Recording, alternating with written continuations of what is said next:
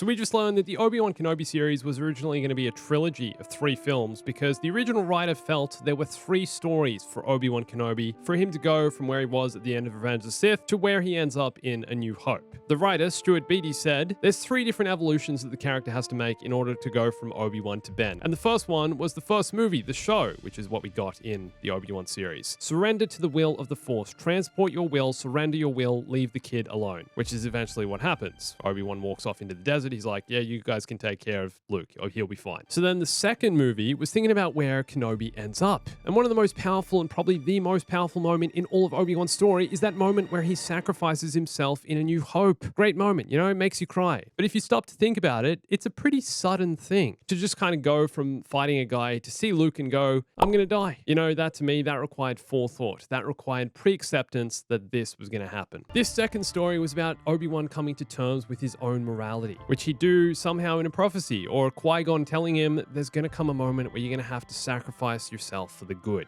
And then Obi-Wan's like, what? No!